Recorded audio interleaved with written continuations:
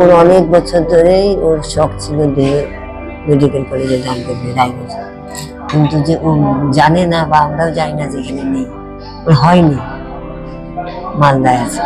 তারপরে এখন বুঝি এটাই প্রথম, উনি জেনে যেতে পারে নাই।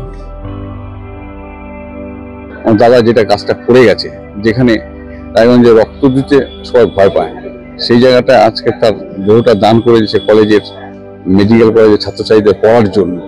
এরকম যদি আরো সবাই এগিয়ে আসে।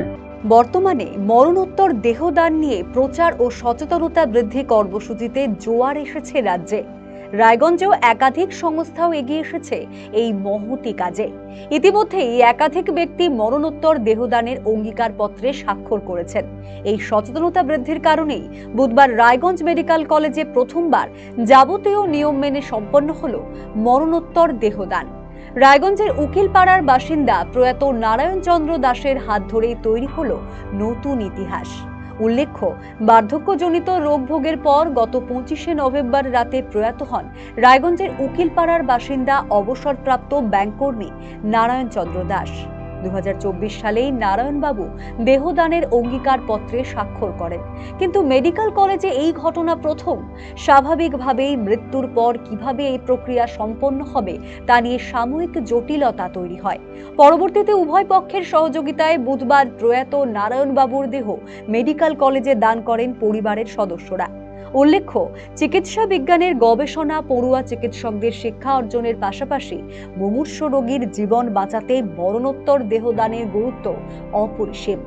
কিন্তু কুসংস্কার, ভয়, হয়রানির কারণে অনেক পরিবারই এই কাজে সম্মতি দেন না। অথচ মরণোত্তর দেহদানের ক্ষেত্রে পরিবারের সম্মতি আবশ্যিক। শোকের তীব্র আবহকে উপেক্ষা করে বৃহত্তর মানবতার স্বার্থে প্রয়াত নারায়ণ বাবুর পরিবারের এই ভূমিকা মরণোত্তর দেহদানের ক্ষেত্রে যে দৃষ্টান্ত হয়ে থাকবে তা বলার অপেক্ষা রাখে না। এ বিষয়ে ঠিক কি বলছেন পরিবারের সদস্যরা, চলুন শুনে নেব। এই শ্বাস নিতে কষ্ট, তারপরে কিডনির প্রবলেম, সমস্যা ছিল, এই ধরা পড়েছে। ডাক্তার দেখাতে চাইতো না, ধরে নিয়ে ডাক্তার দেখানো হয়েছে। মালদা থেকে ছিল, রবিবারে ডাক্তার দেখে এসছে। কালকে রাত্রে 10:30 থেকে।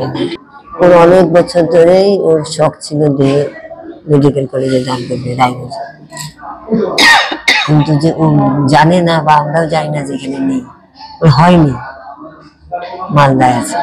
তারপরে এখন বুঝি এটাই প্রথম, উনি জেনে যেতে পারে নাই, কেন মারা গেছে পরে আমাদের ছেলে আসলো।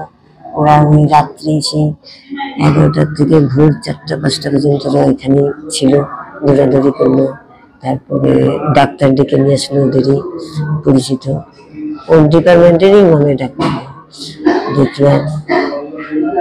যেহেতু আমাদের 28/10/2024 একটা রায়গঞ্জ মেডিকেল কলেজে দান করার একটা চিঠি সই করা ছিল, সেই ভিত্তিতে আমরা মরার পরে ইমার্জেন্সিতে যোগাযোগ করি। তো ওনারা খুবই খুশি হন এবং ওনারা এটা কখনো রায়গঞ্জে হয়নি ভেবে কেউ কিছু বলতে পারছেন না কিভাবে কি প্রসিডিওরে হবে। তার পরবর্তীকালে ওই রাতেই উনি ফোনে যোগাযোগ করে, যে ছিলেন ফোনে ইমার্জেন্সিতে যোগাযোগ করে সব খবর দিয়ে আমাদের ওই ফর্মটা বের করে দেন, ডাক্তারদের সার্টিফিকেটটা। সেটা আমরা ফিল আপ করে এনে যখন দেখাই তখন বললো লাশটা আপনার নিয়ে আসেন। এখন সেই মোতাবেক আমরা লাশটা নিয়ে আসি, সেইভাবে তারপরে এই প্রক্রিয়া চলে। দাদা যেটা কাজটা করে গেছে, যেখানে রায়গঞ্জে রক্ত দিতে সবাই ভয় পায়, সেই জায়গাটা আজকে তার দেহটা দান করে দিয়েছে কলেজের, মেডিকেল কলেজের ছাত্রছাত্রীদের পড়ার জন্য। এরকম যদি আরো সবাই এগিয়ে আসে। অন্যদিকে রায়গঞ্জ মেডিকেল কলেজের অ্যানাটমি বিভাগের প্রধান ডক্টর রুদ্রদেব মেউর বলেন, আজ অত্যন্ত আনন্দের দিন। রায়গঞ্জ মেডিকেল কলেজে প্রথম মরণোত্তর দেহদান সম্পন্ন হলো। চিকিৎসা বিজ্ঞান ও গবেষণার ক্ষেত্রে পড়ুয়ারা উপকৃত হবে। পরিবারকে ধন্যবাদ।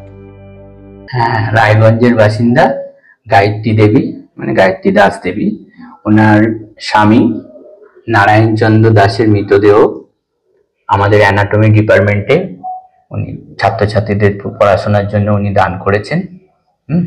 আমরা সম্মান দিয়ে তাহা গ্রহণ করলাম, যাতে এবং ওনাকে ধন্যবাদ জানাই এই কাজে আমার ছাত্রছাত্রীদের পড়াশোনার জন্য এই দেহ দান করার জন্য।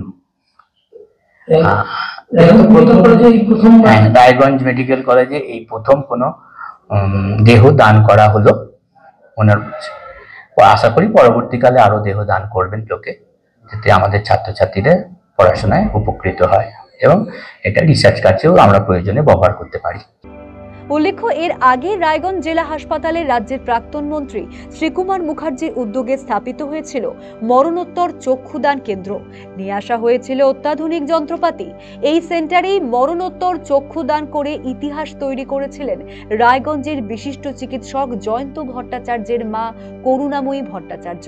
করুণা দেবীর কর্নিয়া পেয়ে পৃথিবীর প্রথম আলো দেখেছিল অনিকা সরকার নামে এক তরুণী। তবে বর্তমানে মরণোত্তর চক্ষুদান সেন্টারটি বন্ধ হয়ে পড়ে রয়েছে দীর্ঘদিন। বন্ধ চক্ষুদান প্রক্রিয়া আজ আবারও মরণোত্তর দেহদানের ইতিহাস তৈরি হলো রায়গঞ্জে মেডিকেল কলেজে। তবে এই ধারাবাহিকতা কতদিন বজায় থাকে অতীতের ঘটনার কথা মাথায় রেখে সেক্ষেত্রে কিছুটা আশঙ্কা তো থেকেই যায়। RCTV সংবাদ, রায়গঞ্জ।